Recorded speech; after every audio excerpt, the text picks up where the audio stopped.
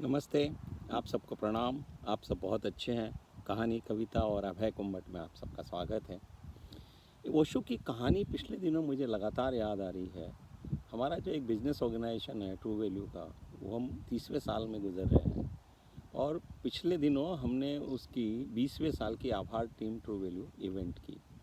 तो मुझे ऐसा लगा कि ये कहानी मुझे बार-बार याद आती रही कि आखिर मेरी यात्रा कैसी रही। ओशो ने लिखा है कि एक युवा चित्रकार था जिसने सोचा कि मैं ईश्वर का चित्र बनाता हूँ। तो उसके लिए उसने खोज की कि कौन से व्यक्ति की छवि में उकेरूँ, उसका चित्र बनाऊँ कि मुझे ईश्वर की छवि उसमें दिखाई दे। वो पूरा शहर घूमा, गांव-गांव, शहर-शहर घूमा, पूरा देश घूमा। उसे एक पहाड़ पर जाकर एक चरवाहे की आंखों में ईश्वर की छवि दिखाई दी, उसके चेहरे में उसे ईश्वर की भावभंगिमा दिखाई दी। उसने उसका चित्र बनाया, बहुत पॉपुलर हुआ, वेरी पॉपुलर, सब जगह वो चित्र टंग गया। 20, 30, 40 साल गुजर जाने के बाद उसने सोचा कि अगर ईश्वर की छवि बन सकती है तो शैतान की भी बन सकती होगी। तब वो शैतान की छवि ढूंढने के लिए घूमा, शैतान का चित्र बनाने के लिए घूमा, फिर पूरा देश घूमा।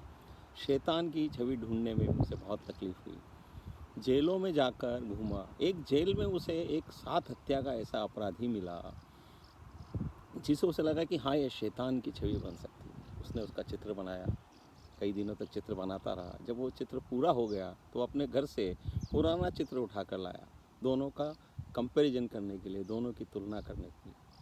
जब उसने दोनों की तुलना की तो उन दोनों चित्र को देखकर वो कैदी फूट फूट कर रोने लगा। तो उसने उससे पूछा कि आखिर क्यों रो रहे हो? तो कैदी ने कहा, महाशय, ये पहला चित्र भी मेरा है और दूसरा भी मेरा है, आपने दोनों चित्र मेरे ही बनाए।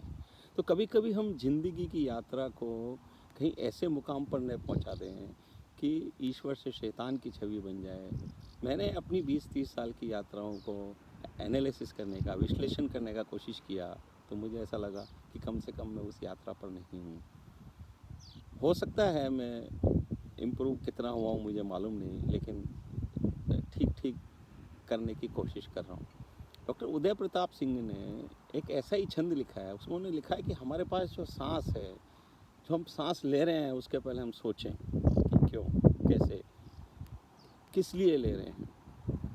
डॉक्टर उदय प्रताप सिंह ने छंद लिखा है, सांस खींचने से पूर्व ठीक से विचार लो कि सांस धारने की कौन नीति होनी चाहिए। सांस खींचने से पूर्व ठीक से विचार लो कि सांस धारने की कौन नीति होनी चाहिए। मान या गुमान अभिमान का विधान हो, या कर्म में मनुष्यता प्रतीत होनी चाहिए। कांच के खिलौने जैसी छुई मुई जिंदगानी, कांच के खिलौने जैसी छुई मुई जिंदगानी, खूब सावधानी से व्यतीत होनी चाहिए। भूल करना तो है मनुष्य का स्वभाव, किंतु भूल करना तो है मनुष्य का स्वभाव, किंतु मूल में तो भावना पुनीत होनी चाहिए। मूल में तो भावना पुनीत होनी चाहिए। तो आए पुनीत, पावन, पवित्र प्रार्थना के साथ, इसी भावना के साथ हम अपना ज़िंदगी जीने की कोशिश करें। हम सब मिलकर कोशिश करें कि डॉक्टर उदय प्रताप सिंह की भावना हमारे भी मन में आए। बहुत बहुत धन्यवाद।